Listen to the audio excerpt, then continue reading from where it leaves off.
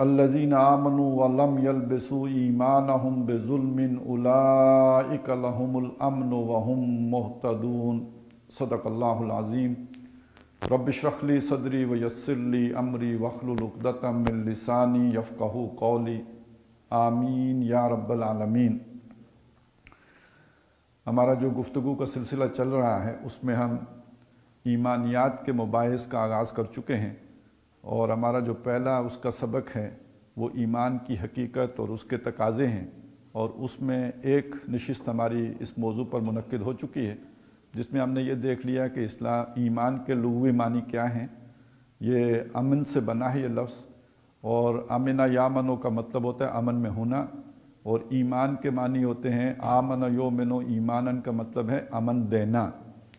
یہ جو امن دینا ہے یہ اس اعتبار سے ہے کہ جب کوئی نبی کوئی رسول آ کے کچھ دعوے کرتا ہے ہمارے سامنے کہ یہ کائنات جو ہے اسے کسی نے بنایا ہے، اس کا کوئی بنانے والا ہے، وہ اللہ ہے جس نے اس کو بنایا، ایک وقت میں یہ بنی، پھر ایک وقت میں جا کے ختم ہو جائے گی، پھر انسان جو اشرف المخلوقات ہے اس کا حساب کتاب ہونا ہے، اور میں اس رب کی طرف سے فرستادہ ہوں، اس کا پیغام لے کے آیا ہوں۔ تو یہ دعوے ہیں، ان دعووں کو مان لینا، ان کی تصدیق کر لینا، ان کو تسلیم کر لینا گویا اسے امن دینا ہے، اور اگر نہ مانا جائے تو جھگڑا کھڑا ہو جاتا ہے۔ تو اس لیے اسے ایمان کہتے ہیں کہ ان دعووں کی تصدیق کرنے کا نام ایمان اس معنی میں ہے کہ گویا آپ نے تصدیق کر کے اس کو امن دے دیا ہے۔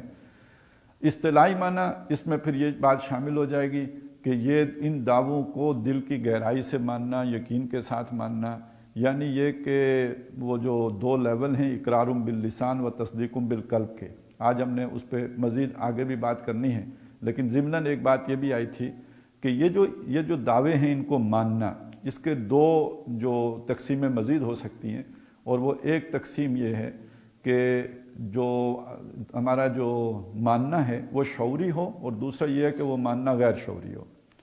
غیر شعوری کب ہوگا؟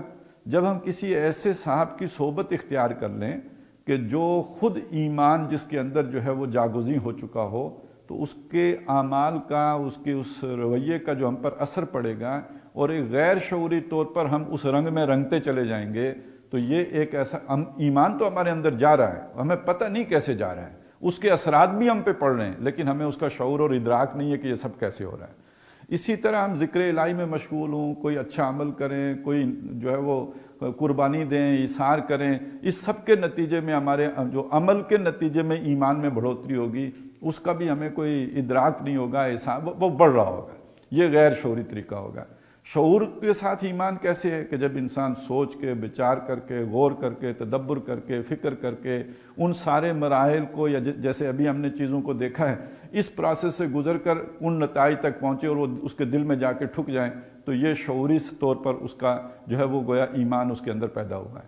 میں نے اس کے دو ذرائع آپ کے سامنے رکھے تھے، ایک یہ کہ آیات آفاقیہ اور انفسیہ، جو کچھ کائنات میں ہمارے سامنے ہے، وہ زمین پہ ہو یا آسمان یعنی خلا کی وسعتوں میں ہو، فضا میں ہو، ان فی خلق السماوات والارض واختلاف اللیل والنہار، یہ جو آسمان اور زمین میں اللہ کی قدرتوں کے نشانات بکھرے ہوئے ہیں، ان پر غور و فکر کے نتیجے میں، اور دوسرا آیات قرآن، اور دوسرا جو انسان کے اندر ہیں وفی انفسکم افلا تبصرون، تو یہ ایک تو آیات آفاقیہ اور انفسیہ پہ غور و فکر و تدبر، اور دوسرا آیات قرآنیہ پر غور و فکر و تدبر، اس کے نتیجے میں جو ایمان پیدا ہوتا ہے وَإِذَا تُلِيَتْ عَلَيْهِمْ آيَاتُهُ زَادَتْهُمْ ایمانا، یہ جو ایمان پیدا ہوتا ہے یہ فکر کی تطہیر، عقل و شعور کے ذریعے پیدا ہوتا ہے۔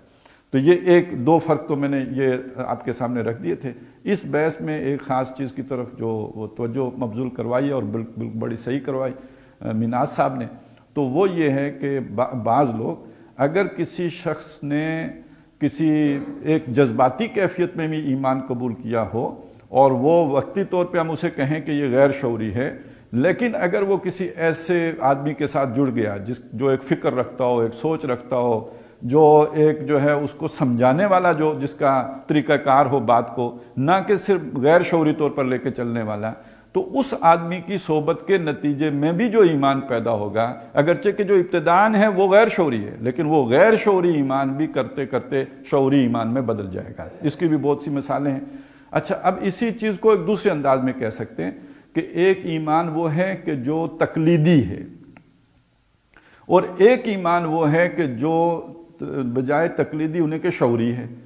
اس کو ہم اس طرح دیکھیں کہ معاشرے میں کچھ لوگ ایسے ہوتے ہیں، بہت اکثر لوگ ایسے ہوتے ہیں کہ جو مقلد ہوتے ہیں۔ اب یہ مقلد اس معنی میں نہیں ہے کہ کسی امام کے مقلد ہوتے ہیں، مقلد یہ معنی ہے کہ معاشرے میں جو روایات چل رہی ہوتی ہیں ان کے پیروکار ہوتے ہیں، وہ سوچتے نہیں، جیسا ہوتا ہے معاشرہ وہ ویسے ہی چلتے ہیں۔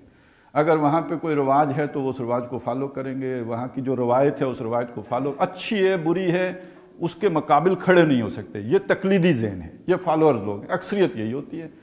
اب اسی معاشرے کے اندر اگر کوئی عقیدہ ہے، کوئی خیال ہے، کوئی سوچ ہے، لوگ اسے اڈاپٹ کر لیں گے۔ یہ جو ڈاگما ہوتا ہے یہ در حقیقت یہی شے ہوتی ہے۔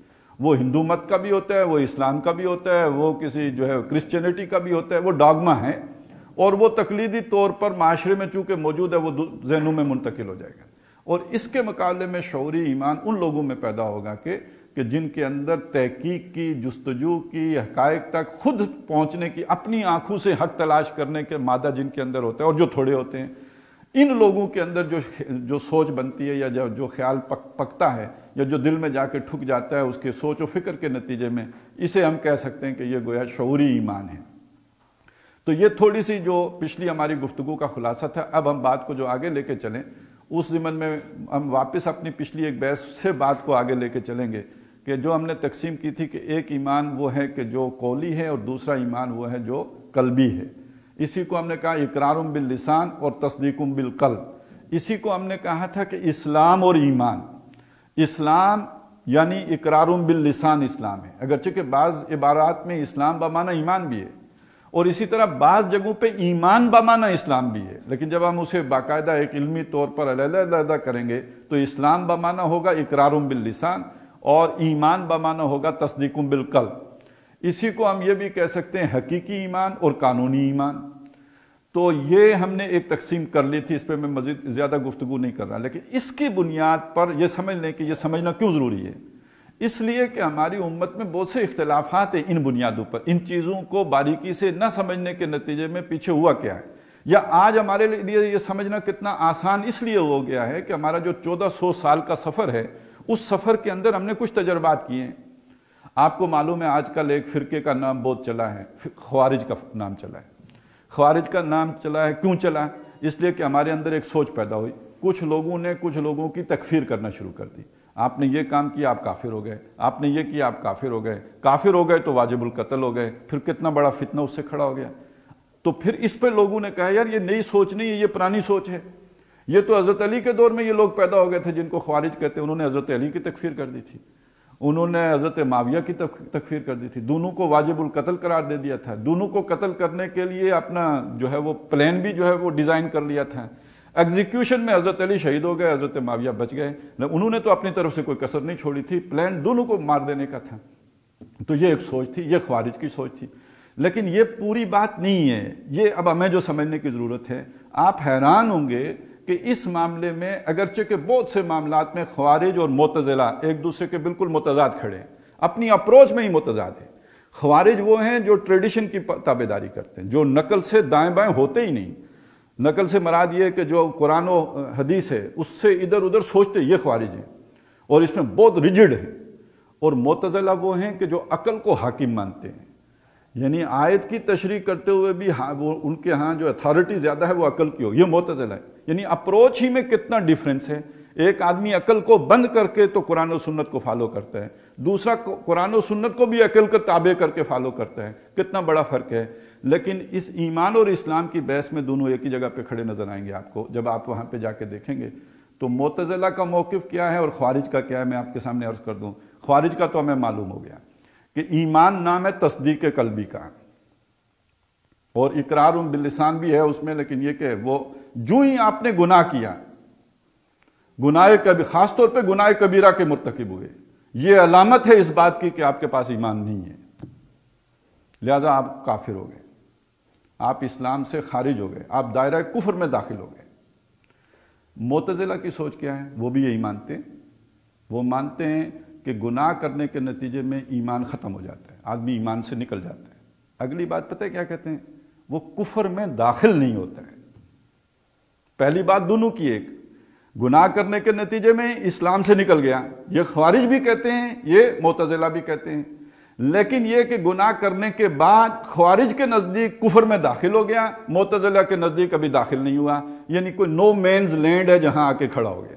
جیسے ایک ملک سے دوسرے ملک میں جائیں تو درمیان میں ایک جگہ ہوتی ہے جو نہ اس ملک کی ہے نہ اس ملک کی ہے، تو اسی طرح کفر و اسلام کے درمیان بھی ایک نو مینز لینڈ ہے، نو ویلیو پوزیشن ہے کہ جہاں پر نہ بندہ ایمان میں ہوتا ہے نہ کفر میں ہوتا ہے. اس کو زیادہ بہتر انداز میں وہ کہتے ہیں منزلتم بین المنزلتین، دو منزلوں کے درمیان ایک منزل ہے، یعنی ایک کفر کی منزل ہے، ایک ایمان کی منزل ہے. ایمان کی منزل سے نکل گیا، کفر کی منزل میں داخل نہیں ہوا، درمیان کی ایک منزل ہے جس میں اٹک کے رہ گیا ہے. یہ معتزلہ کا موقف ہے. اب اس کے مقابل جو ایک بالکل دوسرا تصور ہے وہ ہمارے ہاں پایا جاتا ہے مرجیہ میں. مرجیہ کا دعویٰ ہے کہ ایمان نام ہے اقرار کا، جو ہی آپ نے اقرار کیا آپ کا ایمان جو ہے وہ آپ کو حاصل ہو گیا، عمل سے اس کا کوئی لینا دینا ہی نہیں ہے. آپ نے کیا اس سے اب آپ کو عمل کوئی گزند نہیں پہنچا سکتا. آپ بالکل پکے ٹھکے مسلمان ہیں، عمل سے آپ ایک کلمہ پڑھ رہے ہیں، آپ مسلمان ہیں اور آپ کے لیے جنت جو ہے واجب ہو گئی ہے، اور عمل آپ کا کوئی نقصان کر ہی نہیں سکے گا. اچھا، اس کو بھی سمجھنا بہت ضروری ہے، اس لیے اس کا بھی بیان نہیں ہوتا ہے، اور اس کا نتیجہ یہ نکلتا ہے کہ آج اگر اس معیار پر پرکھنے کی کوشش کریں تو آج ہمارے جتنے بھی مسالک ہیں ان میں سے جو سب سے زیادہ ان میں پریویلنگ تصور ہے وہ یہی ہے، آپ ہمارا مسلک اختیار کر لیں جنت آپ کی ہوگی. آپ کا عقیدہ جو ٹھیک ہو گیا ہے نا، آپ کا عقیدہ ٹھیک ہو گیا، آپ جنتی ہو گئے. تو اس اعتبار سے آپ عشق رسول، بس آپ جنتی ہو گئے، آپ موحد ہو گئے، آپ جنتی ہو گئے. تو پیچھے اگر جا کے ڈانڈے ملائیں تو کس کے ساتھ مل جائیں گے؟ مرجیہ فکر کے ساتھ مل جائیں گے. عمل آپ کا جیسا، آپ حرام کھائیں، آپ سود خوری کریں، آپ بدماشیاں کریں، آپ لوگوں کے پلاٹ غصب کریں، آپ کرپشن کریں، آپ جو اونچ نیچ کریں، چونکہ آپ نے کلمہ پڑھ لیا آپ کا عقیدہ ٹھیک ہو گیا لہذا آپ جنتی ہیں. یہ مرجیہ ہے. اچھا، کرامتیہ جو ہیں وہ مرجیہ کے قریب ہیں، اسے جیسے ادھر معتزلہ قریب ہیں ان کے خوارج کے، تو ادھر کرامتیہ قریب ہیں مرجیہ کے. ان کا عقیدہ کیا ہے کہ ایمان نام ہے تصدیق کا، یعنی اقرار کا بھی نہیں ہے. اگر آپ کے دل میں ایک بات ہو تو اقرار تو ہو ہی جائے گا نا، نہ بھی ہو تو کیا فرق پڑے گا. انہوں نے بات اور آسان کر دی. اب دل کو جا کے کون دیکھے؟ تو جس کے دل میں ہے بس وہ مومن ہو گیا ہے، اور اس کے بعد اب کرتوت جو مرضی کرتا رہے. تو یہ وہ سوچیں ہیں کہ جن کو سامنے رکھ کر اب یہ جو ہمارے ہاں یہ آتے ہیں نا، بعض لوگ سوال کر دیتے ہیں کہ یہ کلمے کہاں سے آئے، یہ پوچھ لیتے کوئی ایمان مجمل کیا ہے جی.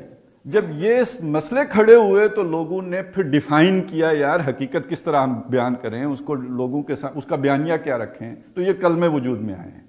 یہ ہیں چھوٹے چھوٹے کلمے، ان کے پیچھے کی بحثوں میں چلے جائیں مت ماری جائے. ان کے پیچھے اتنی بڑی بڑی جو ہے نا وہ یہ تو ٹپ آف دا آئس برگ ہیں جو ہمیں نظر آتے ہیں، ہم سمجھتے ہیں کچھ بھی نہیں ہے. ان کے نیچے بڑی طویل طویل بحثیں ہیں. اب یہ تو میں نے بڑا مختصر کر کے آپ کے سامنے رکھ دیا ہے، وگرنہ یہ کہ یہ بڑی طویل بحثیں ہیں. اب اس کو حل کیا ہے ایمان جو اہل سنت ہیں کہ ایمان کس شے کو کہتے ہیں. آمنت باللہ کما ہوا باسمائہ و صفاتہ و قبلت جمیع احکامہ اقرار باللسان و تصدیق بالقلب. جب تک یہ ساری بحث آپ کے سامنے نہ ہو اس جملے کو آپ اپریشیٹ ہی نہیں کر سکتے. ایمان آمنت باللہ، میں ایمان لایا اللہ پر، کما ہوا باسمائہ و صفاتہ، جیسا کہ وہ ظاہر ہے اپنے اسماء و صفات سے. اسماء و صفات میں بھی ایک باریک سا فرق ہے. اللہ، یہ جتنی بھی اللہ کی صفات ہیں وہ نکرہ آتی ہیں، ان کے اوپر الف لام لگا دیں وہ اسم بن جاتا ہے. حکیم علیم یہ صفت ہے، وہ حکیم ہے، علم والا ہے، حکمت والا ہے، یہ صفت ہے. الحکیم العلیم، وہ الحکیم ہے، العلیم ہے، یہ نام ہو گیا. جس صفت کے اوپر الف لام لگ گیا وہ نام بن گیا، اور وہ جب نکرہ رہی تو وہ صفت ہو گئی. تو یہ اب یہ جو اللہ کو کیسے پہچانتے ہیں، کیسے جانتے ہیں؟ اس کے اسماء و صفات سے جانتے اور پہچانتے اسے. باقی ہم نے دیکھا تو نہیں، نہ کوئی دیکھ سکتا ہے. انہ نور کیف یرا، وہ نور ہے، اسے کیسے دیکھا جا سکتا ہے؟ تو اسے پہچانا کیسے جائے؟ اب پہچاننے کا ایک طریقہ لوگوں نے یہ نکالا ہے کہ آپ بیٹھے رہیں اور گیان کریں، دھیان کریں، تپسیائیں کریں، ریاضتیں کریں، پھر آپ کو نیلی لائٹ نظر آئے گی، پھر پیلی نظر آئے گی، پھر چٹی نظر آئے گی، پھر پتہ نہیں کیا نظر آئے گا، پھر جو کوئی نظر آئے گا. اب پتہ نہیں وہ جو بھی ہوتا ہے کچھ ہوتا ہے، وہ تو پتہ ہی نہیں، وہ ہمیں تو نہ اللہ کے نبی نے وہ طریقے تلقین کیے ہیں، نہ صحابہ اکرام رضوان اللہ تعالیٰ علیہ مجمعین نے وہ اختیار کیے ہیں، وہ کیا نظر آتا ہے اللہ ہی جانے، خدا جانے کیا نظر آتا ہے۔ لیکن اس کے تعارف کا جو بڑا ذریعہ قرآن و حدیث نے بیان کیا وہ اس کے اسماء و صفات ہیں۔ آمنت باللہ کما ہوا باسمائہ و صفاتہ، اور اگلی بس اتنی بات کافی ہے؟ نہیں، وقبلت جمیع احکامہ، میں نے قبول کیے اس کے تمام احکام، میں ان میں سے کسی کا انکار نہیں کرتا، میں ان کا رد نہیں کرتا، میں ان کو جو ہے ٹھکراتا نہیں ہوں، ان کو قبول کرتا ہوں، یعنی حتی الوسع ان کے اوپر عمل کروں گا۔ وقبلت جمیع احکامہ۔ اب اگلی بات سنیے، یہ اقرار باللسان زبان سے بولوں گا، وتصدیق بالقلب دل میں یقین رکھوں گا۔ اب دو چیزیں جمع ہو گئی۔ اب یہ دو چیزیں کیوں جمع کی؟ اس لیے کہ کرامتیہ اور مرجیہ ایک بات کہتے تھے، اور وہ جو ان کے درمیان کا ایک اختلاف ہے، معتزلہ اور خوارج کا ایک اختلاف ہے۔ ہمارا موقف یہ اقرار باللسان و تصدیق بالقلب، یہ دو چیزیں جمع ہوں گی تو ایمان کامل ہوگا، ایمان مکمل ہوگا۔ دل میں اقرار ہو اور زبان پہ اقرار ہو اور دل میں تصدیق ہو۔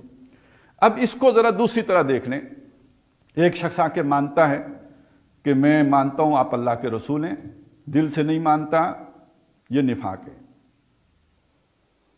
اذا جاءک المنافقون قالوا نشہد انک لرسول اللہ، یہ منافق آتے ہیں، آ کے کہتے ہیں ہم گواہی دیتے ہیں آپ اللہ کے رسول ہیں۔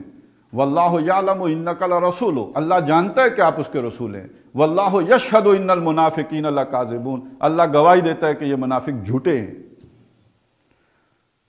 وَمِنَ النَّاسِ مَن يَقُولُ آمَنَّا بِاللَّهِ وَبِالْيَوْمِ الْآخِرِ وَمَا هُمْ بِمُؤْمِنِينَ، لوگوں میں وہ بھی ہیں جو آ کے دعویٰ کرتے ہیں کہ آپ ایمان رکھتے ہیں اللہ پر بھی اور آخرت پر بھی، حالانکہ وہ مومن نہیں ہیں۔ تو اقرار باللسان ہے، کیوں مومن نہیں ہے؟ تصدیق قلبی نہیں ہے، اور یہ اللہ فیصلہ کرو، وہ جانتا ہے۔ اب چونکہ ہم دل کا حال نہیں جان سکتے، لہذا ہم اقرار باللسان کی بنیاد پر ایک شخص کو مومن مانیں گے، مسلمان مانیں گے، اسے وہ تمام اسلام کے حقوق دیں گے جو اسلام دیتا ہے۔ اور اللہ علیم بذات الصدور ہونے کی حیثیت سے آخرت میں اس کا جو حساب کتاب کرے گا وہ دل کے ایمان کی بنیاد پر کرے گا، وہ اقرار باللسان کی بنیاد پر نہیں، بلکہ محض اقرار باللسان کی بنیاد پر نہیں بلکہ تصدیق قلبی کی بنیاد پر ہوگا۔ لہذا اہل سنت کا یہ بھی موقف ہے کہ اگر کوئی شخص رائی کے دانے کے برابر ہی ایمان کیوں نہ رکھو، دل میں رائی کے دانے کے برابر ہی کیوں نہ ہو اس کا ایمان، وہ اپنے گناہوں کی سزا پانے کے بعد بالآخر جہنم سے نکل کر جنت میں چلا جائے گا۔ جبکہ وہ خوارج والے معاملے کو دیکھیں تو وہ تو ایک آپ نے گناہ کبیرہ کیا تو آپ سارے ایمان سے محروم ہو گئے، چھٹی ہو گئی آپ کی۔ تو بہرحال یہ ایک بات ہمارے سامنے آئی کہ یہ اقرار باللسان اور تصدیق قلبی دونوں کا مجموعہ ہے۔ اب اہل سنت کے اندر کچھ باتیں ہیں کہ جو چھوٹے چھوٹے جسے کہیں کہ وہ اوپینین کا فرق ہے، موقف کا فرق ہے، اختلاف سا ہے، اور ان میں سے ایک بڑا بنیادی اختلاف ہے، اور وہ یہ ہے کہ ہمارے خاص طور پہ محدثین کے ہاں بعض جو جن کے اوپر جو وہی مکتب فکر ہے جو فقہاء میں بھی ہیں، ان کا ایک قول ملتا ہے ہمیں کہ الایمان قول و عمل و یزید و ینقص، ایمان نام ہے قول کا بھی اور عمل کا بھی۔ اب دیکھیے اگلی بحث آ گئی، یہ جڑ جائے گی کرامتیہ اور مرجیہ کی بحث کے ساتھ۔ وہ کیا کہتے ہیں؟ ایک کہتا ہے قول ہے، دوسرا کہتا ہے تصدیق ہے، عمل سے دونوں جدا کر دیتے ہیں۔ ہمارے اہل سنت کیا کہہ رہے ہیں؟ الایمان قول و عمل، ایمان قول اور عمل کے مجموعے کا نام ہے۔ وہ یزید و ینقص، گھٹتا بھی ہے بڑھتا بھی ہے۔ اور یہ سب کے تجربے کی بات ہوگی کہ آپ کسی دین کی محفل میں بیٹھے ہو، ایمان بڑھے گا، ایمان بڑھے گا، عمل بھی بڑھے گا، آپ کو اور جو ہے نیکیاں کرنے کا دل کرے گا۔ اور اگر کہیں کوئی اللہ نہ کرے کسی ایسی محفل میں ہو جو غفلت والی ہو تو وہاں پہ ایمان گھٹتا ہے، کم ہوتا ہے۔ قرآن سے ثابت ہے زادتہم ایمانا، ان کا ایمان بڑھ جاتا ہے۔ جب انہوں نے لشکر دیکھے دشمن کے تو اس سے ان کا ایمان بڑھ گیا، جب ان پر اللہ کی آیتیں پڑھی گئیں تو ان کا ایمان بڑھ گیا، وزادتہم ایمانا، ان آیتوں نے ان کے ایمان میں اضافہ کر دیا۔ تو معلوم ہوا گھٹتا بڑھتا بھی ہے۔ لیکن یہ کہ بعض فقہاء کا قول یہ بھی ہے الایمان قول لا یزید ولا ینقص، ایمان قول ہے، نہ گھٹتا ہے نہ بڑھتا ہے۔ تو اب اس کا کیا مطلب کریں گے؟ ایک کام بہت آسان ہے کہ ہم اپنے تجربے کی روشنی میں یہ جو دوسرا قول ہے اس کو رد کر دیں، اور اگر ہم یہ سمجھیں کہ جس کا یہ قول ہے وہ کوئی حکیم آدمی ہے، اس نے اپنی ساری زندگی دین کے لیے وقف کی ہے، آخر اس نے یہ بات کہی ہے تو سوچیں کس بنیاد پہ کہی ہے، تھوڑا سا اس کو روم دیں تو ہمارے سامنے ایک حقیقت بڑی آسانی سے آ جائے گی کہ اس کی یہ بات کہنے کے پیچھے بھی ایک در حقیقت پورا تصور ہے۔ وہ بنیادی طور پر قانون دان ہے، فقیہ ہے، وہ اس ایمان کی بات ہی نہیں کر رہا جو دل میں ہوتا ہے، وہ اس ایمان کی بات کر رہا ہے جو اقرار باللسان سے متعلق ہے، اور یہ جو قول ہے یہ تو نہیں گھٹتا بڑھتا ہے، یہ تو اشہد ان لا الہ الا اللہ و اشہد ان محمدن عبدہ و رسول اتنا ہی رہتا ہے، اس میں تو کوئی اضافہ نہیں ہوتا ہے، اور اس ایمان میں بھی کوئی بڑھوتری کمی نہیں ہوتی، یہ اتنا ہی ہے، اور اس کے ساتھ عمل کا بھی کوئی تعلق نہیں ہے۔ آپ عمل کی وجہ سے کسی کی تکفیر نہیں کر سکیں گے، اس نے ایمان لایا ہے، وہ منکر نہیں ہو گیا کسی عمل کا، تارک ہے، اس کی تکفیر نہیں۔ آپ نماز بنیادی شے، کفر اور اسلام کے درمیان فرق ہی نماز کرتی ہے، لیکن فقہی سطح پر، قانونی سطح پر آ کر ایک شخص نماز نہیں پڑھتا تو اب آپ اسے کافر تو نہیں کہہ سکتے۔ اگر آپ تو وہ والی حدیثیں ساری لے لیں، اب دیکھیے کیسی کیسی حدیثیں ہیں، حدیث یہ بھی ہے، یہ حدیث بھی ہے کہ نماز کفر اور ایمان کے درمیان فرق ہے، حدیث یہ بھی ہے، وہ حضور نے 3 دفعہ قسم کھائی ہے، واللہ لا یؤمنو، واللہ لا یؤمنو، واللہ لا یؤمنو، اللہ کی قسم وہ مومن نہیں، اللہ کی قسم مومن نہیں، اللہ کی قسم مومن نہیں۔ پوچھا کون؟ فرمایا جس کی اظہار آسانی سے اس کا پڑوسی محفوظ نہیں۔ اسی طرح یہ بھی ہے، لا یزنی زانی حین یزنی وہو مومن، ولا یسرق السارق حین یسرق وہو مومن، ولا یشرب الشرب حین یشرب وہو مومن۔ کوئی چور حالت ایمان میں چوری نہیں کرتا، کوئی شرابی حالت ایمان میں شراب نہیں پیتا، کوئی زانی حالت ایمان میں زنا نہیں کرتا۔ تو اب ایک آدمی زنا کر رہا ہے تو کیا ہے وہ، اب ایک آدمی چوری کر رہا ہے تو کیا ہے وہ، ایک آدمی شراب پی رہا ہے تو کیا ہے وہ۔ تو خوارج کے لیے تو بڑا آسان ہو گیا کہ بھئی یہ کافر ہو گیا، ایمان سے تو نکل گیا، حدیث موجود ہے، اس نے کہا ٹھیک ہے چھٹی ہو گئی اس کی۔ لیکن اس کو یہاں پہ بیلنس کیا گیا ہے کہ ایمان، وہ ایمان جو قانونی ایمان ہے، جو دنیا میں حقوق دیتا ہے، وہ قول ہے، اس کا اس عمل سے کوئی تعلق نہیں ہے، نہ یہ بڑھتا ہے نہ گھٹتا ہے۔ ہاں اگر وہ کسی دینی جو ضرورت ہے اس کا انکار کر دے، وہ نماز، ایک ہے نہ پڑھنا، ایک ہے کہنا کہ نماز میں پڑھتا ہی نہیں یا نماز ہے ہی نہیں، یہ دوسری شے، یہ انکار ہے۔ اس انکار کے نتیجے میں اس کی تکفیر ہو سکتی ہے، لیکن بے عملی یا ترک کرنے کے نتیجے میں اس کی تکفیر نہیں ہوگی۔ تو الایمان قول، ایمان قول ہے، لا یزید ولا ینقص، وہ نہ گھٹتا ہے نہ بڑھتا ہے۔ معلوم ہوا کہ یہ یہاں پہ در حقیقت یہ بات کہی گئی ہے کہ قانونی ایمان گھٹتا بڑھتا نہیں، وہ ایک اسی سطح پہ رہتا ہے جس سطح پہ ہوتا ہے، اس میں کمی بیشی کا کوئی امکان نہیں، وہ اعلیٰ حال ہی برقرار رہتا ہے۔ اور وہ جو کہا گیا کہ اس کا ایمان نہیں جس نے پڑوسی کو اذیت دی، اس کا ایمان نہیں جس نے زنا کیا، شراب پی، چوری کی، تو معلوم ہوا کہ یہ وہ بات ہے کہ جو حقیقی ایمان، تصدیق قلبی، اس کے بارے میں کہی گئی ہے۔ اب یہاں پہ ایک بحث اور بھی آپ کے سامنے رکھ دوں کہ یہ جو تصدیق قلبی جس کو کہا گیا ایمان نہیں، تو بہرحال جو ایمان دل میں تھا وہ یہ فیل کرتے ہوئے تو رخصت ہو گیا، یہ تو ثابت ہو گیا، واپس کیسے آتا ہے؟ آتا بھی ہے کہ نہیں آتا؟ تو اس کا بھی ایک جواب یہ دیا گیا ہے کہ توبہ کرنے سے واپس آ جاتا ہے۔ الا من تاب و آمن و عمل عملا صالحا، سوائے اس کے کہ جو توبہ کر لے اور ایمان لے آئے، معلوم ہے وہ چلا گیا تھا واپس آ گیا، تو توبہ کرنے کے نتیجے میں وہ ایمان واپس آ جاتا ہے۔ الا من آمن، الا من تاب و آمن، دیکھیے پہلے توبہ کو لائے پھر ایمان کو لائے، تو معلوم ہے پہلے مومن تھا، لیکن جب وہ یہ گناہ کر رہا تھا تو اس کا دل کا ایمان اس کے اندر سے نکل گیا تھا، اب جب اس نے توبہ کی تو وہ ایمان اس کے اندر واپس آ گیا۔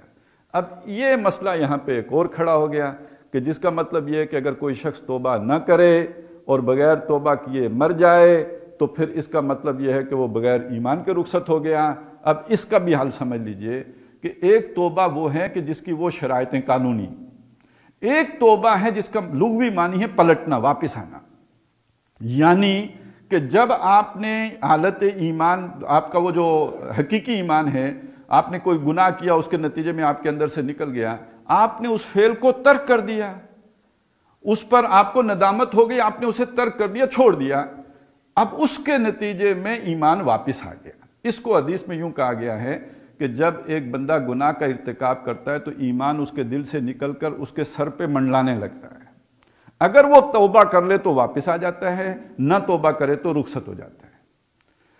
یعنی اس کو اگر ایک دوسری حدیث سے جوڑ کے دیکھیں تو وہ معنی یہ بنے گا جسے حضور صلی اللہ علیہ وسلم نے فرمایا کہ جب کوئی آدمی گناہ کرتا ہے تو اس کے دل پر ایک سیاہ داغ پڑ جاتا ہے، توبہ کر لے تو صاف ہو جاتا ہے، اگر نہ کرے اور مزید گناہ کا ارتکاب کرے دوسرا داغ، تیسرا داغ، تو پھر حضور نے فرمایا یہاں تک کہ دل بالکل سیاہ ہو جاتا ہے اور پھر وہ بند ہو جاتا ہے، اللہ اس پر مہر کر دیتا ہے۔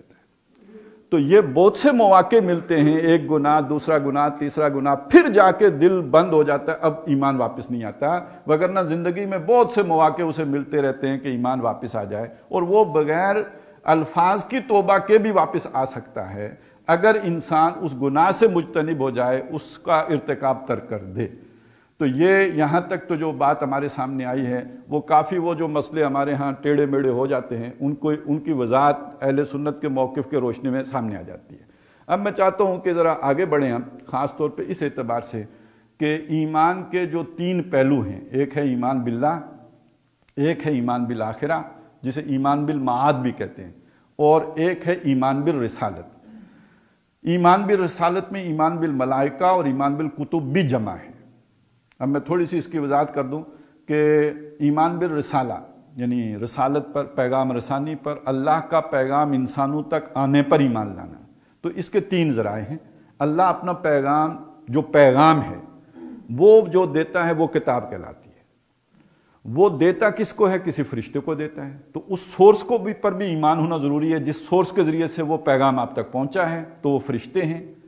وہ فرشتہ اس پیغام کو لا کر کسی انسانوں میں سے چنیدہ آدمی کو دے دیتا ہے جس کا اس فرشتے کے ساتھ رابطہ ہوتا ہے، یہ نبی ہے۔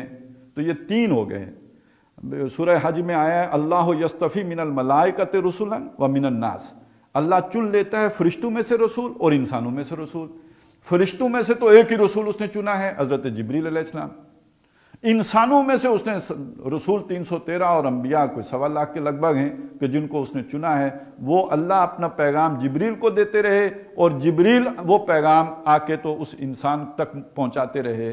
یہ ایک طریقہ رہا، اگرچہ کہ بعض جگہوں پہ پیغام براہ راست بھی ہے، براہ راست اس طرح نہیں کہ آمنے سامنے، من ورائے حجاب، جیسے حضرت موسیٰ علیہ السلام کے ساتھ اللہ تعالیٰ ہم کلام ہوا ہے لیکن حجاب کے پیچھے سے ہم کلام ہوا ہے، یا یہ کہ بعض رویا صادقہ کے ذریعے سے بھی ہوا ہے۔ تو یہ مختلف چیزیں ہیں کہ جن کے ذریعے سے اللہ نے اپنا پیغام پہنچایا ہے، لیکن اس ایمان بالرسالت کے اندر فرشتوں پر بھی ایمان، کتابوں پر بھی ایمان اور نبیوں اور رسولوں پر بھی ایمان شامل، ان تینوں کے مجموعے کا نام ایمان بالرسالت ہے۔ اور ایمان بالآخرہ جسے عام طور پر ہم کہتے ہیں اسے ایمان بالمعاد بھی کہتے ہیں، یعنی عود کرنا، لوٹ کر آنا، معاد وہ جگہ جہاں لوٹ کے آیا جاتا ہے۔ تو ہم دنیا میں آئے ہوئے ہیں، واپس اپنے اصل ٹھکانے کی طرف جانا ہے، ہمارا جو معاد ہے، جو اصل جگہ ہے جہاں عود کر کے واپس پہنچنا ہے، وہ ایمان بالآخرہ ہے۔ اللہ بعث بعد الموت، یہ ایمان بالآخرہ ہے اور ایمان باللہ۔ یہ 3 ہیں، اللہ پر ایمان، آخرت پر ایمان اور رسولوں پر یا اللہ کی پیغام رسانی کے پر ایمان۔ ان 3 کا آپس میں ایک جو ربط و تعلق ہے اس کو سمجھنے کی ضرورت ہے۔ اس کی اپنی ایک اہمیت ہے اور بہت ضروری ہے کہ اگر ہم دیکھیں علمی، نظری، اصولی، فکری طور پر تو اہم ترین ایمان ایمان باللہ ہے، اللہ کو ماننا۔ اس لیے کہ ایمان بالآخرہ اور ایمان بالرسالت یہ دونوں در حقیقت ایمان باللہ ہی کی فرع ہیں، برانچز ہیں۔ اللہ تعالیٰ ہادی ہے، وہ ہدایت دیتا ہے، وہ جو یعنی اس کی اسماء و صفات کے حوالے سے اسے جانتے ہیں نا، اس کی ایک صفت یہ ہے کہ ہادی ہے، تو وہ جو ہادی ہے ہدایت دیتا ہے۔ کیسے ہدایت دیتا ہے؟ وہ ان رسولوں کے ذریعے سے ہدایت دیتا ہے، وہ براہ راست آ کے کسی انسان سے تو مخاطب نہیں ہوتا، یہ کسی انسان کے شایان نشان نہیں ہے کہ اللہ تعالیٰ اس کے ساتھ ان یکلمہ اللہ، کہ اللہ اس کے ساتھ ہم کلام ہو، تو یہ تو کسی رسول کے ذریعے سے اللہ اپنا پیغام اس کو دے گا۔ تو اس کا وہ جو ذریعہ ہدایت اس نے بنایا، اصل میں تو اسی کی صفت ہدایت کا ظہور ہوا ہے، جو پیغام رسانی، اسی لیے اسے رحمت کہا گیا۔ اسی لیے جو حضور صلی اللہ علیہ وسلم چونکہ جامع ہیں سب کے، اس لیے وہ رحمت للعالمین ہیں۔ تو یہ اللہ کی رحمت ہے کہ اس نے اپنی ہدایت کو وا کیا، کھولا، اپنا پیغام ہم تک پہنچایا، وگرنہ آپ کو معلوم ہے کون کسی کو سکھاتا ہے؟ آپ کو کوئی ہنر آ جائے، لوگ آ کے اپنے استاد کی کتنی منتیں کرتے ہیں، خدمتیں کرتے ہیں، پاؤں پڑتے ہیں، وہ پھر بھی نہیں سکھاتا ہے۔ سارے گر بلی نے شیر کو نہیں سکھائے۔ تو یہ اللہ تعالیٰ کی رحمت نہیں ہے کہ ہمیں مانگے بغیر اس نے اپنے نبی رسول بھیج کے اپنا پیغام ہم تک پہنچایا؟ یہ الرحمن علم القرآن، اس کی رحمت کا مظہر اتم یہ ہے کہ اس نے قرآن مجید کی تعلیم دی ہے۔ تو یہ اللہ کی رحمت، اس کی صفت ہدایت کا ظہور ہے، جسے ایمان بالرسالت کہتے ہیں۔ ایمان بالآخرہ کیا ہے؟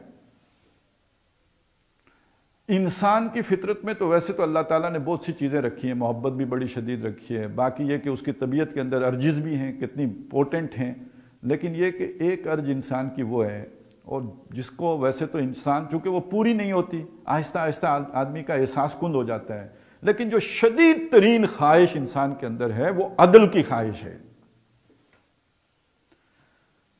یہ لوگ جماعتوں کا نام تحریک انصاف کیوں رکھتے ہیں؟ سیاستدان تو جو سب سے زیادہ مارکیٹ ہونے والی شے ہوتی ہے نا، اس کا نام لیتا ہے نا، جسے عوام کے اندر قبولیت ملے۔ کیوں ملتی ہے؟ انصاف۔ جاہل آدمی کو بھی انصاف پسند ہے، اور عاقل و بالغ و دانا و بینا بھی انصاف کا دل دادا ہے۔ کافر بھی ہے، گورا بھی ہے، کالا بھی ہے، مسلمان بھی ہے، ہر آدمی انصاف چاہتا ہے۔ تو یوں سمجھیے انسان کی سرشت میں، اس کی فطرت میں سب سے گہری جڑیں اگر کسی شے کی ہیں وہ عدل کی ہیں۔ اور اللہ تعالیٰ کی اسماء و صفات کو اگر آپ دیکھیں تو باقی تو ساری کوئی نہ کوئی جو ہے نا، وہ یا تو وہ فاعل کے وزن پہ ہوں گی یا فعیل کے وزن پر ہوں گی، جبکہ صفت عدل مصدر آئی ہے، وَهُوَ الْعَدْلُ، وہ ہے ہی عدل، سراپا عدل ہے۔ سورہ آل عمران میں فرمایا شاہد اللہ انہ لا الہ الا هو والملائکۃ واولو العلم قائما بالقسط، وہ اللہ تعالیٰ انصاف پر کھڑا ہے۔ اس نے اپنے جتنے رسول بھیجے، جو ہدایت دی، جو رہنمائی دی، یہ دنیا کو زمین پہ رہنے کا جو طریقہ دیا ہے کہ ہاؤ ٹو لیو آن ارتھ، یہ کس مقصد کے لیے دیا ہے؟ لِیَقُومَ النَّاسُ بِالْقِسْطِ، تاکہ لوگ انصاف پر کھڑے ہو جائیں۔ اصل تحریک انصاف تو اللہ نے برپا کی ہے، لِیَقُومَ النَّاسُ بِالْقِسْطِ۔ محمد الرسول اللہ کو بھیجا، آخری رسول ہیں، اور یہ کہہ کے بھیجا وَأُمِرْتُ لِأَعْدِلَ بَيْنَكُمْ، مجھے حکم دیا گیا تمہارے درمیان عدل قائم کر دوں۔ اور یہ امت کھڑی کی جو خیر امت بنائی، تمام امم میں بہترین امت، کنتم خیر امت اخرجت للناس وکذالک جعلناکم امۃ وسطا، یہ سب ہے کیوں؟ کونوا قوامین بالقسط شہداء للہ، مسلمانوں انصاف کے قائم کرنے والے اللہ کے گواہ ہوتے ہوئے کھڑے ہو جاؤ۔ اللہ انصاف کا قائم کرنے والا ہے، تم اللہ کے ریپریزنٹیٹیو ہو، اس کے گواہی دو اس کے انصاف کی کہ تم انصاف کرنے والے ہو جاؤ۔ اور کس کس انداز میں کرو؟ اپنے خلاف کرنا پڑ جائے، وَلَوْ عَلَىٰ أَنفُسِكُمْ أَوِ الْوَالِدَيْنِ وَالْأَقْرَبِينَ، اپنے قریبی رشتہ دار ہوں، اپنے والدین ہوں، تم انصاف پر قائم رہو۔ اور دوسری طرف کسی کی نفرت، لا یجرمنکم شنآن قوم علی اللہ تعدلوا، اے مسلمانوں کسی قوم کی دشمنی، نفرت تمہیں اس پر آمادہ نہ کر دے کہ تم عدل کا دامن ہاتھ سے چھوڑ دو۔ اعدلوا، عدل سے کام لو، وہ اقرب للتقوی، زیادہ متقی وہی ہے جو عادل ہے۔ یہ عدل تقوی کے سب سے قریب ہے۔ اب یہ اسلام کس کو یاد رہا ہے؟ یہ اسلام وہ ہے جو ہر نوع انسانی کے دل میں موجود ہے بھائی، جس کا ریسیپینٹ ہر آدمی کے پاس موجود ہے۔ ہم اس کی ابلاغ ہی نہیں کرتے، اس کی تبلیغ ہی نہیں، وہ خود ہماری شخصیتوں سے رخصت ہو گیا ہو۔ تو بہرحال کہنے کا اصل مقصد یہ تھا کہ اللہ تعالیٰ یہ جو عدل ہے، اس نے اس عدل کو دنیا میں قائم کرنے کے لیے یہ سارا اہتمام کیا ہے، لیکن اس سب کے باوجود بھی جتنا عدل ہمارے دل میں ہے وہ کبھی قائم ہو ہی نہیں سکتا دنیا میں۔ اس کا عکس تو آ سکتا ہے۔ دیکھیے دنیا کی بڑی مجبوریاں ہیں، قانونی، یہی فقہ کی مجبوریاں ہیں۔ محمد الرسول اللہ خود اپنے بارے میں فرماتے ہیں صلی اللہ علیہ وسلم، دیکھو کہ ہو سکتا ہے کوئی دو اشخاص میرے پاس مقدمہ لے کے آئیں اور کوئی شخص اپنے حق میں چرب زبانی کی وجہ سے مجھ سے ڈگری لے کے چلا جائے۔ جو کیس اچھا لڑ لے گا وہ ڈگری لے جائے گا، مقدمے کا فیصلہ اس کے حق میں ہو جائے گا، جس کے آرگومنٹ اچھے ہوں گے، ہو سکتا ہے لے جائے، لیکن وہ یاد رکھے کہ وہ محمد الرسول اللہ سے حق لے کے نہیں جا رہا، جہنم کا ٹکڑا لے کے جا رہا ہے۔ دنیا میں بہرحال وہ پلاٹ لے لے گا، کارنر والا اس کا ہو گیا، لیکن یہ تو وہ دوزخ میں تو جا کے بعد میں گرے گا نا، وہ اس کے سر پہ تو بعد میں رکھے، وہ تو آخرت کا مسئلہ ہے۔ تو اس کا مطلب یہ کہ کامل عدل بغیر آخرت کے ممکن ہی نہیں ہے۔ پوری نو انسانی کی جو اصل خواہش ہے وہ تو صرف جا کے آخرت میں پوری ہو سکتی ہے، دنیا میں پوری ہو ہی نہیں سکتی۔ تو اللہ کی صفت عدل کا کامل ظہور کب ہوگا؟ آخرت میں۔ تو آخرت کیا ہے؟ اللہ کے صفت عدل کے ظہور کا نام ہے۔ تو اس اعتبار سے جب ہم دیکھتے ہیں تو اصل اصولی ایمان باللہ ہے، باقی ایمانیات اس کی فروعات ہیں، اس کی جزیات ہیں، اس کی برانچز یا شاخوں کی درجہ اختیار کر دیں گی۔ لیکن ایک دوسرے اعتبار سے اگر ہم دیکھیں، عمل کے اعتبار سے، تو جب تک آخرت کا یقین محکم نہ ہو جائے انسان کا عمل ٹھیک نہیں ہو سکتا۔ یہ ساری باتیں دیکھیں، ان ساری باتوں کے اندر ایک حظ بھی ہے، ابھی تک ہم نے اٹھایا ہے۔ میں تو اسے کہتا ہوں نا، ہیڈونزم ایک دنیا میں فلسفی ہے۔ کوئی کھانا کھا کے جو ہے لذت لیتا ہے، کوئی تعلق کسی کے ساتھ رکھ کے لذت لیتا ہے، مختلف طریقے ہیں، کوئی اپنی ڈومینیشن کی خواہش کی تسکین کر کے تو لذت لیتا ہے۔ ایک انٹلیکچوئل ہیڈونزم بھی ہے، گپ شپ لگانے سے بھی آدمی کو بڑا مزہ آتا ہے، اور یہ چسکا جو گپیں لگانے کا ہوتا ہے، جسے قرآن مجید کہتا ہے وَهُمْ فِي خَوْضِهِمْ يَلْعَبُونَ، وہ اپنے خوض میں بال کی کھال اتارنا بیٹھ کے، جیسے شاعر لوگوں کے پاس لوگ کیوں بیٹھتے ہیں؟ مزیدار گفتگو ہو رہی ہوتی ہے۔ آج کل بہت سے ایسے ہی دیندار بنے ہوئے لوگ ہیں جو بس چھوٹے چھوٹے جملے بنا کے لوگوں کو خوش کرتے ہیں، معلوم ہوتا ہے بڑا حکیمانہ قول ہے، وہ حکیمانہ قول مزہ دیتا ہے، اور ان کی بڑی مارکیٹنگ اور بڑی دنیا ان کی فالوور ہے۔ لیکن جس حال میں جاتے ہیں اسی حال میں واپس آتے ہیں، عمل میں کوئی تبدیلی نہیں آتی، کیونکہ گپ شپ کے لیے جمع ہوتے ہیں۔ بہت بڑے بڑے مجمع لگتے ہیں، اتوار کے دن اگر آپ جی ٹی روڈ پہ بھی دیکھیں تو بعض جگہوں پہ لگے ہوتے ہیں، لیکن یہ کہ حاصل کلام کچھ بھی نہیں ہوتا، گپ شپ اچھی ہو جاتی ہے۔ تو انسان بہرحال ایک ذہنی لذت، جسے ذہنی عیاشی بھی کہتے ہیں، اس کا بھی شکار ہو جاتا ہے۔ تو میں آپ کو سچی بات بتاؤں کہ ایمان بالآخرہ کے بغیر توحید بھی ایک باتوں کا یوں سمجھ لیجئے کھیل بن کے رہ جاتا ہے۔ یہ جو اقبال نے گلہ کیا ہے کہ زندہ قوت تھی زمانے میں توحید کبھی، اب کیا ہے؟ فقط ایک مسئلہ ہے علم کلام۔ یہ جب کلامی مسائل چھڑتے ہیں، یہ جب بحثیں ہوتی ہیں کہ یہ جو خدا کی صفات ہیں یہ عین ذات ہیں کہ غیر ذات ہیں، تو یہ امت جو خرافات میں کھو گئی ہے تو کیوں کھو گئی ہے؟ حقیقت خرافات میں کھو گئی، امت جو روایات میں کھو گئی، تو وہ خرافات کیا ہیں؟ وہ یہی کچھ ہے۔ اب اسی کی وہ بگڑی ہوئی شکلیں بھی ہیں جس میں آپ کو قوالی بھی مل جائے گی، یہ بھی مل جائے گا، وہ بھی مل جائے گا۔ لیکن یہ جو بڑی بڑی بحثیں ہوتی ہیں، اچھا یہ جو آج کل اس طرح کے بہت سے چٹکلے چھوڑنے والے مولوی بھی مشہور ہو جاتے ہیں، سوشل میڈیا پہ آپ کو معلوم ہے بڑی مارکیٹ ہے ان کی، اور بڑے پیسے کما لیتے ہیں۔ تو وہ بہرحال ایک گپ شپ میں بھی توحید کے بیان میں بھی بڑے مزے ہیں، بڑا لطف ہے، بڑا انسان جو لذت لیتا ہے۔ اور اسی کے ساتھ جوڑ لیجئے، آپ نے عشق رسول کے دعوے کیے، اس پہ تقریریں کی، واقعات بیان کیے، اس کا بھی ایک لذت ہے، اس کا بھی ایک مزہ ہے، اس کا بھی ایک چارم ہے، اس کا بھی ایک لطف ہے، وہ آدمی اٹھاتا ہے۔ عمل جوں کا توں، عمل سے فارغ، کیوں؟ آخرت کا یقین۔ تو معلوم ہوا انسان کا عمل صرف آخرت کا یقین درست کر سکتا ہے، یہ تو محض ایمان باللہ سے نہیں ہو سکتا۔ اور یہ حقیقت خود قرآن مجید نے بیان کی ہے، ایک سے زیادہ جگہ بیان کی ہے۔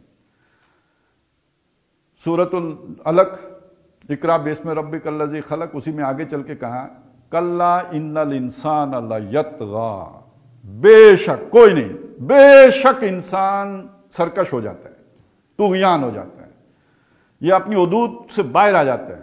کیوں؟ الراہ استغنا، جب دیکھتا ہے کوئی پکڑ نہیں۔ بڑی آسان سی بات ہے، کبھی آپ نے کسی آدمی کو اپنی زبان پہ انگارہ رکھتے ہوئے دیکھا ہو؟ وہ موسیٰ علیہ السلام کے بارے میں مشہور ہے، مجھے سمجھ نہیں آتی کہ کیوں مشہور کر دیا ہے۔ آخر پہلے آدمی پکڑتا ہے، چمٹے سے تو نہیں پکڑا ہوگا نا، ہاتھ سے پکڑا ہوگا، کون زبان تک لے کے آئے گا؟ کبھی نہیں۔ لیکن جھوٹ آدمی بول لیتے ہیں، یتیم کا مال کھا لیتے ہیں، کھولتا پانی نہیں پی سکتا، یتیم کا مال کھا لے گا۔ وجہ کیا ہے؟ کہ جھوٹ بولنے سے کوئی چھالا تو پڑتا نہیں، انگارہ رکھنے سے چھالا پڑتا ہے، ہم انگارہ وہ نتیجہ نکل آتا ہے فوراً، اس کا نتیجہ نہیں نکلتا۔ البتہ قیامت کو وہ مال کھولے گا اندر یا نہیں کھولے گا؟ یغلی فی البطون، وہ جا کے کھولے گا ان کے پیٹوں کے اندر، کغلی الحمیم، جیسے پانی کھولتا ہے۔ آج نہیں کھول رہا، لہذا جب انسان دیکھتا ہے فوری پکڑ نہیں ہو رہی تو وہ غلطی کر لیتا ہے۔ الراہ استغنا، اس کا علاج کیا ہے؟ ان الی ربک الرجعی، بے شک انسان نے اپنے رب کی طرف لوٹ کے جانا ہے، محاسبہ ہونا ہے۔ جتنا اس کا احساس رہے گا، جتنا اس کا یقین رہے گا، اتنا عمل درست رہے گا۔ عمل کو ٹھیک کرنے والی شے ایمان بالآخرہ ہے۔ آپ دیکھیں نا یہ فرق، وہ جو سورہ بقرہ میں بالکل شروع میں ہے، یؤمنون بالغیب ویقیمون الصلاۃ ومما رزقناہم ینفقون، اور یؤمنون بما انزل الیک وما انزل من قبلک وبالآخرۃ ہم یوقنون، آخرت پر تو یقین رکھتے ہیں، باقی ایمان تک رکھا، آخرت کا ذکر کیا یقین کے ساتھ، اس کے بغیر عمل نہیں ٹھیک ہوتا ہے۔ سورہ بنی اسرائیل میں فرمایا کہ یہ قرآن جو ہے یہ سیدھے راستے کی رہنمائی کر دیتا ہے، ان ھذا القرآن یہدی للتی ہی اقوم، یہ بالکل سیدھے راستے کی رہنمائی کرتا ہے۔ وَيُبَشِّرُ الْمُؤْمِنِينَ الَّذِينَ يَعْمَلُونَ الصَّالِحَاتِ أَنَّ لَهُمْ أَجْرًا كَبِيرًا، اور یہ بشارت دیتا ہے ان ایمان والوں کو جو نیک عمل بھی کرتے ہیں، سکے ایمان والے نہیں ہیں، ساتھ نیک عمل بھی کرتے ہیں، ان کے لیے بہت اچھا بڑا اجر ہے۔ وَأَنَّ الَّذِينَ لَا يُؤْمِنُونَ بِالْآخِرَةِ أَعْتَدْنَا لَهُمْ عَذَابًا أَلِيمًا، اور وہ لوگ جو آخرت پر ایمان نہیں رکھتے ان کے لیے ہم نے تیار کر رکھا ہے دردناک عذاب۔ کیوں؟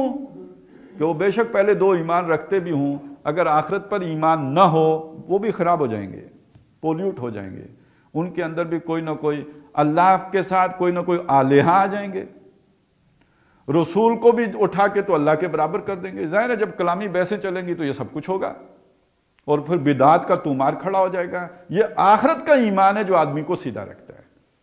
تو معلوم ہوا کہ عملی اعتبار سے سب سے زیادہ اہمیت ایمان بالآخرہ کی ہے۔ اب ایک مسئلہ اور ہے، اور بہت اہم مسئلہ ہے، ایمان۔ ایمان انسان کے اندر جو شے پیدا کرتا ہے وہ موٹیویشن ہے۔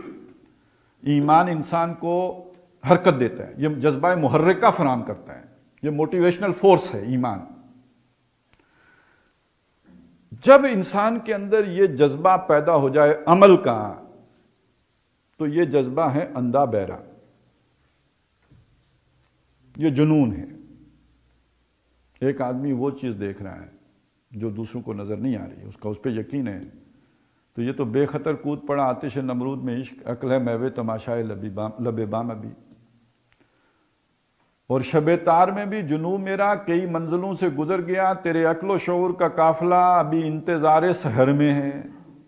تو یہ تو فرق آ گیا، اس فرق کو تو اقبال نے بھی بہت جگہوں پہ بیان کیا ہے، اور اس میں یہ چیز نمایاں کی ہے کہ ایمان انسان کو بہرحال اسباب سے اور اس سے بالا تر کر دیتا ہے، اور جو دوسرا شخص ہے جو کافر ہے وہ آفاق میں گم ہے، مومن وہ ہے اس میں گم، اس میں ہے آفاق۔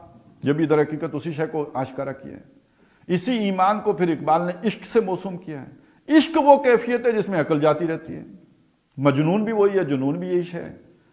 اب جب جنون آتا ہے اور جذبہ، اور اس کے مقابل ایک کانفلکٹ بھی ہے، ایمان کے نتیجے میں ایک کانفلکٹ آپ کا سوسائٹی کے ساتھ تو پیدا ہوا، نقطہ نظر کا فرق آیا، کانفلکٹ پیدا ہو گیا، فرکشن آئی، اب جھگڑا ہے۔ تو جھگڑا جب جنون کے ساتھ ہو تو پھر آ جائے گی اس کے ساتھ وہ جو آج کل ہوتا ہے نا، کیا وہ جیکٹ باندھ کے آ جائے گا، اسے تو جلدی سے جنت چاہیے نا۔ یہ جگہ ہے جو اب رسالت آ کے اپنا رول ادا کرتی ہے، آپ کے عمل کو اعتدال دینے والی شے، آپ کے عمل کے لیے ایک کرائیٹیریا بننے والی شے، ایک معیار دینے والی چیز، وہ ایمان بالرسالت ہے۔ وگرنہ یہ کہ یہ ایک طرف اگر نکل جائے، آپ کہیں گے نہ میں رات کو سوؤں گا، نہ میں دنیا کا کوئی تعلق رکھوں گا، میں تو بس اللہ اللہ کروں گا، دل ڈھونڈتا ہے وہی فرصت کے رات دن بیٹھے رہیں، یوں ہی تصور جانا کیے ہوئے، پھر یہ کیفیت ہو جائے۔ دنیا سے تارک دنیا لوگ ہوئے کہ نہیں ہوئے؟ اور یا پھر وہ اگر اس میں جوش جذبہ آ گیا تو پھر جلدی سے شہادت اور اپنے جو بھی محبوب ہے اس سے ملاقات۔ اب اس کو بیلنس کیسے کریں کہ انسان حد اعتدال سے باہر نہ نکلے؟ تو اب وہ دیکھیے نا، وہ جو 3 اشخاص آئے تھے نبی اکرم صلی اللہ علیہ وسلم کے پاس، کہ جنہوں نے کہا کہ حضور تو چونکہ بخشائے ہیں، ان کا عمل کم ہے، ہمیں زیادہ عمل کرنا پڑے گا۔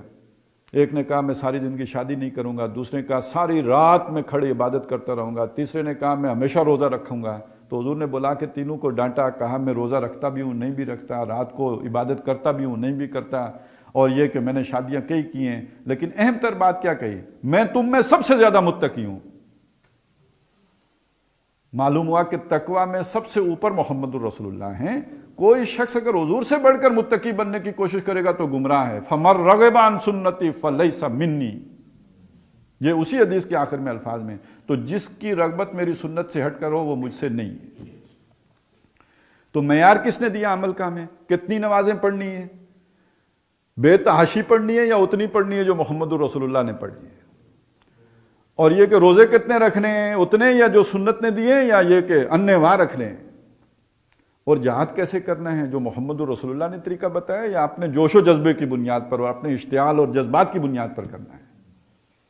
تو یاد رکھیے نیکی کا جذبہ بھی باقی جذبات کی طرح اندھا بہرا جذبہ ہے۔ اس کو حد اعتدال میں رکھنا یہ صرف رسالت کا معیار ہے جو اسے معتدل رویہ دیتا ہے۔ تو اس اعتبار سے، فقہی اعتبار سے، شرعی اعتبار، بلکہ اس میں ایک اور بات بھی جمع کر لیجئے، اللہ پر کون سا ایمان معتبر ہے؟ دیکھیں فلاسفہ بھی اللہ پر ایمان رکھ سکتے ہیں، آج کوئی سائنسدان بھی اللہ پر ایمان لا سکتا ہے، یہ کائنات کے مشاہدے کے نتیجے میں ایک اجمالی تعارف اسے اللہ کا حاصل ہو سکتا ہے۔ تو کیا یہ ایمان معتبر ایمان ہوگا؟ آخرت کے بارے میں یہ جاننا کہ کوئی دن تو ایسا ہونا چاہیے جس دن عدل و انصاف ہو جائے، تو جان لیجئے آخرت پر صرف وہی ایمان معتبر ہے جس کی خبریں محمد الرسول اللہ نے دی ہیں، جنت ہوگی، دوزخ ہوگی، یہ کچھ وہاں پہ ہوگا، ان ساری تفصیلات کے ساتھ ماننا ایمان بالآخرہ ہے۔ اپنے کسی تصور کے تحت مان لینا یہ ایمان بالآخرہ نہیں، یہ معتبر نہیں کہلائے، آخرت میں اس کا کوئی اعتبار نہیں۔ اسی طرح کون سے خدا کو مانتے ہیں؟ اپنے کسی تصور کے مطابق۔ وہ جیسے کسی نے کہا کہ اگر گھوڑے اور گدھے کوئی تصور کر سکتے کسی خدا کا تو گھوڑے اور گدھے والا کرتے، تو انسانوں کو آزاد چھوڑ دیں تو وہ زیادہ سے زیادہ کسی 10 ہاتھ والے انسان کا تصور کر لیں گے، اس سے آگے کدھر جائیں گے؟ اس خدا کا تصور جو محمد الرسول اللہ نے کرا، کما ہوا بے اسمائی و صفاتی، یہ کس نے بتائی ہیں؟ محمد الرسول اللہ نے بتائی ہیں۔ تو اس حوالے سے اس سے فقہی اور قانونی اعتبار سے اہم ترین ایمان با مصطفیٰ برساں خیش را کے دی ہم آؤس گر باؤ نہ رسیدی تمام بولا بھی، پھر سارا ابو لہب بن کے رہ جائے گا۔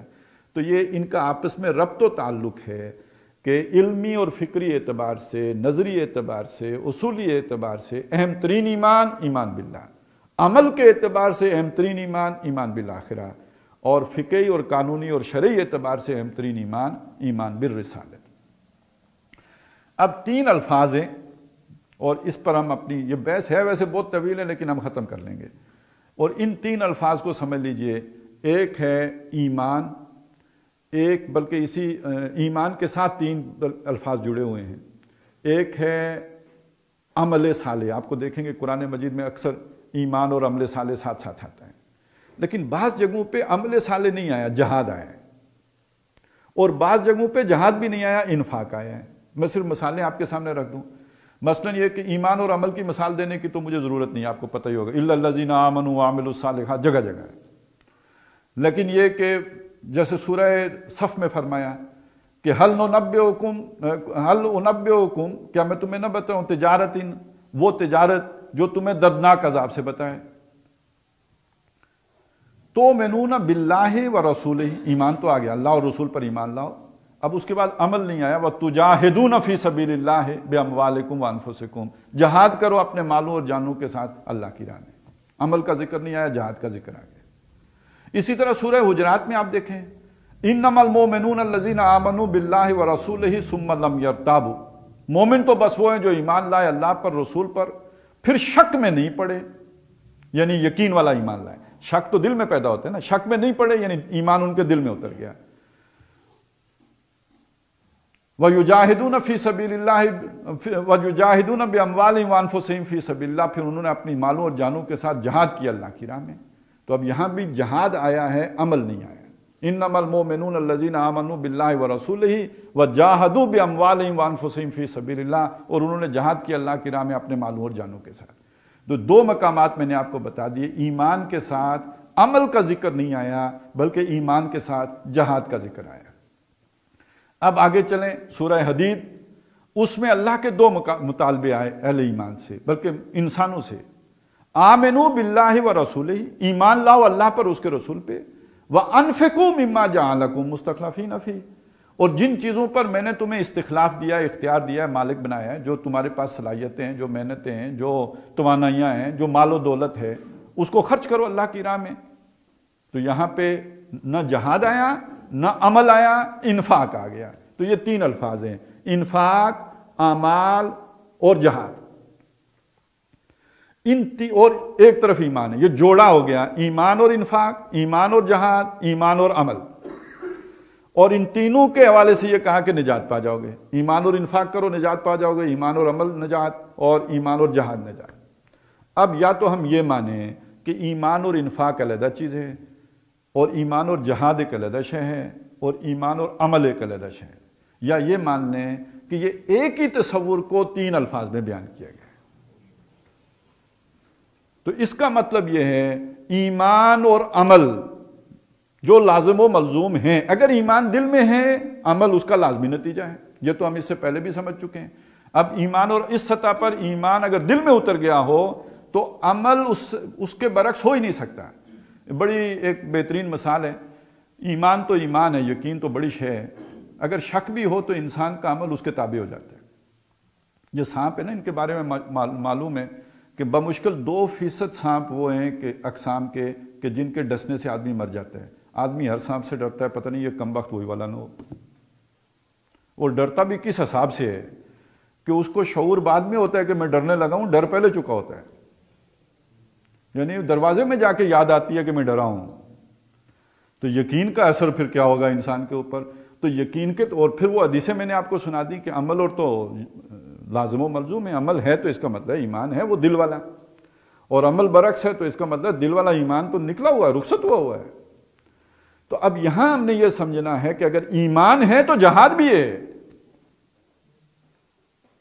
اب اس کو سمجھ لیجئے کہ ایمان کے ساتھ جہاد کیسے؟ میں نے پہلے بتا دیا یہ مترادف ہیں، ایمان اور عمل اور جہاد یہ مترادف ہیں، اور ایمان اور عمل، جہاد اور انفاق یہ تینوں مترادف ہیں۔ اب میں آپ کے سامنے جہاد کے حوالے سے ویسی باتیں رکھ دوں، جیسے حدیث آپ نے سنی، جس کے دل میں ایمان ہوگا وہ نہیں انل منکر کرے گا۔ مَن رَأَىٰ مِنکُم مُنکَرًا فَلْیُغَیِّرْہُ بِیَدِہِ، جو کوئی منکر کو دیکھے ہاتھ سے روکے، فَإِن لَّمْ يَسْتَطِعْ فَبِلِسَانِهِ، اس کی استطاعت نہ رکھتا ہو زبان سے روکے، فَإِن لَّمْ يَسْتَطِعْ فَبِقَلْبِهِ، اس کی استطاعت نہ ہو تو دل سے روکے۔ اب اس کے ساتھ ایمان کا ذکر ابھی نہیں آیا، لیکن اگلے الفاظ کیا ہیں؟ وَذَلِكَ أَضْعَفُ الْإِيمَانِ، یہ دل سے روکنا ایمان کا کمزور درجہ ہے۔ اس کا مطلب زیادہ درجہ ہوگا تو آگے بڑھے گا اور کم از کم بولے گا، اور اگر بالکل ہی ضعیف درجہ ہے تو اس کے نتیجے میں دل میں کوڑے گا، جلے گا۔ دل میں برا جاننے کا مطلب یہ ہے کوڑنا، جو ایک کسی غلط کام کو دیکھ کے جو افسوس ہوتا ہے۔ لیکن ایک دوسری روایت جو طویل ہے اس میں تو الفاظ بہت واضح ہیں۔ کچھ لوگ غلط ہو جائیں، نیک امت ہے وہ خراب ہو گئی ہے، بگڑ گئی، نبی کی امت بگڑ گئی، تو من جاہدہم بیدہ فہو مومن، جو ان سے جہاد کرے گا ہاتھ سے وہ مومن ہے۔ ومن جاہدہم بلسانہ فہو مومن، جو ان سے جہاد کرے گا زبان سے وہ مومن ہے۔ ومن جاہدہم بقلبہ فہو مومن، اور جو دل سے ان سے جہاد کرے گا وہ مومن ہے۔ اب اس حدیث کو دیکھیں تو یہ دل سے جہاد کرنا کمزور ایمان ہے، اور دل میں بھی جہاد نہ ہو اس کی وضاحت اس حدیث میں ہے، وَلَيْسَ وَرَاءَ ذَلِكَ مِنَ الْإِيمَانِ حَبَّةُ خَرْدَلٍ، اگر دل میں کوڑن اور جلن بھی نہیں ہے تو ایمان رائی کے دانے کے برابر بھی نہیں ہے۔ تو اب اس حدیث نے بالکل بات کھول دی یا نہیں کھول دی کہ اگر دل میں ایمان ہو تو جہاد لازمی پیدا ہوگا۔ اب اس کو ذرا میں چاہتا ہوں لاجیکلی بھی ہم سمجھ لیں۔ ہم ایک معاشرے میں رہتے ہیں، اس معاشرے میں بت پرستی ہے، شرک ہے، کوئی باطل پرستی ہے، ناحق جو کام ہوتے ہیں۔ ایک شخص کا نقطہ نظر بدل گیا، سقراط کو کوئی اور بات سمجھ آ گئی ہے، گوتم بدھ کو کوئی اور بات سمجھ آ گئی ہے۔ اب اس معاشرے میں اس کا گزارا ہے۔ جو سقراط کو کیوں زہر کا پیالہ، میں کسی مسلمان کی مثال تو نہیں پیش کر رہا نا، سقراط کا کیا کانفلکٹ تھا؟ اس کے نظریات بدل گئے، نظریات بدل گئے، نیچرل ہے، اس نے تبلیغ کرنی ہے، تبلیغ کرنی ہے، سٹیٹس کو کے لیے تھریٹ ہے، اس نے روکنا ہے۔ فرکشن آ گئی تو پھر جو کمزور ہے اسے زہر کا پیالہ پینا پڑے گا، کہانی ختم۔ یہی جہاد ہے۔ تو آپ خدا کو مانتے ہو، اللہ کو مانتے ہو، آخرت کو مانتے ہو، معاشرے میں لوگ فرعون کو مانتے ہیں، ابو جہل کو مانتے ہیں، ولید بن مغیرہ کو مانتے ہیں، اور کسی مصیبت کو مانتے ہیں، پتہ نہیں کس طاغوت کے پیچھے چلتے ہیں، تو فرکشن کیسے نہیں ہوگی؟ ایمان ہو فرکشن نہ ہو، یہ ہو ہی نہیں سکتا۔ جیسے ایمان ہو عمل نہ ہو، ایسے ایمان ہو اس کے نتیجے میں فرکشن نہ ہو، یہ دو ایمان ہوتے ہوئے تو فرکشن ہوگی، اسی کا نام جہاد ہے۔ اب فرکشن ہو گئی تو اگلا کام کیا ہوگا؟ قربانی دینی پڑے گی یا نہیں؟ جان کی بازی کھیلنی پڑے گی، گردن کٹوانی ہے یا نہیں؟ جو ہی کھڑے ہو کے جادوگروں نے کہا ہم ایمان لے آئے موسیٰ اور ہارون کے رب پر، فرعون نے پہلی بات کیا کہی؟ گئی تمہاری بازو بھی، گیا تمہاری ٹانگ بھی، ساتھ ہی تمہیں سولی بھی دوں گا۔ اب قربانی دے سکتے ہو یا نہیں دے سکتے؟ دے سکتے ہو، یہ انفاق ہے۔ ہم نے انفاق جو ہے وہ اپنے 1 ارب روپے میں سے 2.5 کروڑ روپیہ ہی سمجھا ہے۔ انفاق تو یہ ہے، وہ تو اس کی یاد تازہ کرنے کے لیے تھا۔ یہ جو ہر سال ہم قربانی دیتے ہیں بکرے کی، یہ یاد کس کی مناتے ہیں؟ ابراہیم نے بیٹا ذبح کیا تھا۔ ہمیں بھی موقع ملا تو گردن کٹوائیں گے، ہاں اندھا دھند نہیں جیسے کہ لوگ کر رہے ہیں، لیکن یہ کہ اس کے لیے ذہناً تیار رہنا، یہ انفاق ہے۔ تو یہ اب 3 الفاظ ہمارے سامنے آ گئے، ایک ہے عمل، ایک ہے جہاد، ایک ہے انفاق۔ حقیقت میں تینوں ایک ہیں، ایک ہی تصور کو اجاگر کرنے کے لیے 3 الفاظ ہیں۔ یہ کوئی علیحدہ علیحدہ کیٹیگریز نہیں ہیں، یہ برانچز نہیں ہیں، یہ شعبے نہیں ہیں، یہ مختلف چیزیں نہیں ہیں، یہ ایک عمل کہتے ہی اس کو ہے۔ اگر یہ عمل نہیں ہے تو مکے میں کون سا عمل تھا؟ یہ جو سورۃ ال3 میں عمل آیا ہے، جو سورۃ العصر میں عمل آیا ہے، نہ بھی نماز فرض ہے، نہ بھی روزہ فرض ہے، نہ بھی زکوٰۃ فرض ہے، نہ بھی حج کا کوئی امکان ہے، تو الا الذین آمنوا وعملوا الصالحات، یہ عمل کون سا ہے؟ یہ جو سورہ عنکبوت میں عمل کا ذکر ہے، کون سا عمل ہے؟ یہ قربانی، یہ ایثار، یہ مارے کھانا، یہ انگاروں پہ لیٹنا، یہ تپتی ریت پہ گھسیٹے جانا اور سنگلاخ پتھروں کے اوپر، یہ عمل ہے، یہی جہاد ہے، یہی انفاق ہے۔ تو ایمان کا تعلق اس کے ساتھ جوڑ دیجیے۔ اب آ گئی ہماری آخری بات، ایمان کا تعلق امن سے۔ لغوی معنی میں بات ہمارے سامنے آ گئی کہ ایمان تو بنا ہی امن سے، اور حدیث میں باقی باتوں کو چھوڑیں، ابھی چونکہ رجب کا چاند چڑھا، وہ دعائیں بھی بڑی سوشل میڈیا پہ عام ہوئی ہیں۔ جب چاند کی دعا ہم کیا سکھائی ہمیں؟ اللہم احلہ علینا بالامن والایمان، امن کے ساتھ ایمان کو جوڑا۔ لغت کی بات میں آپ کے سامنے رکھ چکا ہوں کہ امن میں ہونا اور ایمان امن دینا، جو بالکل آپس میں جڑے ہوئے ہیں۔ اب یہ امن ہے کیا؟ ایک تو ہے نا آپ نے امن دیا، وہ تو ہم نے سمجھ لیا۔ ایک ایمان کا تقاضا ہم نے پڑھا کہ جب ایمان دل میں راسخ ہو جائے، اللہ کو اپنا رب مان لیا جائے، تو آپ کے اندر سے خوف اور حزن ختم ہو جاتا ہے۔ ایمان کا سب سے پہلا حاصل انسان کے لیے کیا ہے؟ اس کا بلکہ اگر ایک سطح پہ اور بات بھی سمجھ لیتے ہیں، وہ جو سوالات ہم نے اٹھائے تھے، میں کون ہوں، میں کہاں سے آیا ہوں، میں کہاں جا رہا ہوں، میرا اینڈ کیا ہے، کائنات کی حقیقت کیا ہے، ان سوالات کا جواب نہ ملے تو ذہنی بے سکونی ہے یا نہیں ہے؟ اسی کشمکش میں گزری میری زندگی کی راتیں، کبھی سوز و ساز رومی، کبھی پیچ و تاب راضی، تو اس سب سے نجات مل گئی یا نہیں مل گئی؟ سکون ہو گیا، انا للہ و انا الیہ راجعون معلوم ہو گیا، حقیقت معلوم ہو گئی، سکون آ گیا۔ اسی طرح ایک سکون قلبی ہے، اطمینان قلبی، امن قلبی۔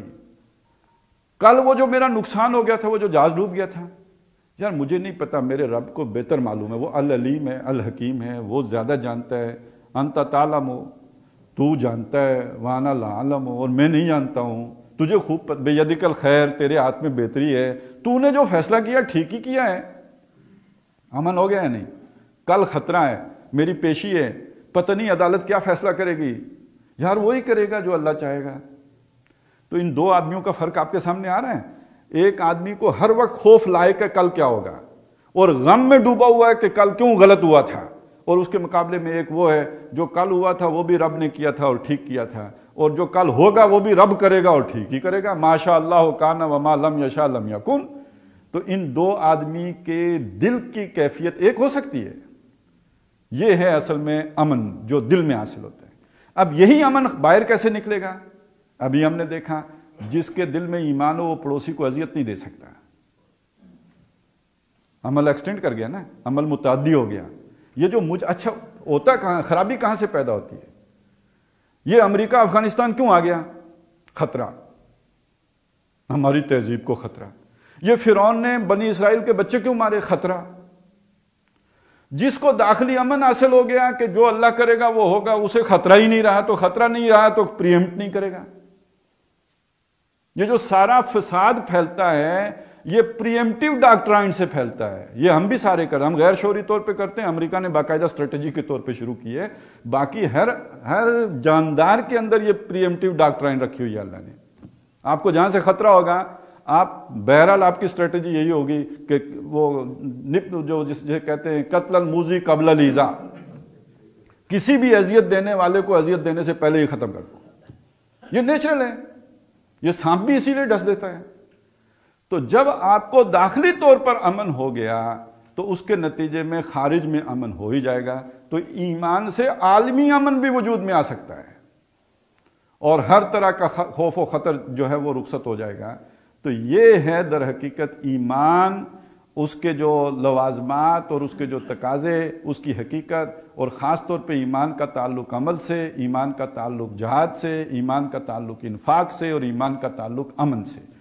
تو اللہ تعالیٰ اس طرح پوری طرح ادراک, شعور, فہم کے ساتھ ہمیں اس ایمان کو اپنے دل میں جاگزیں کرنے کی توفیق عطا فرمائے, اور ہماری شخصیتوں, ہمارے کردار کے اندر ایمان کے یہ پھل, یہ ثمرات, جو ثمر ہیں, ان سے ہمارے کردار کو بارآور فرمائے, ثمرآور فرمائے.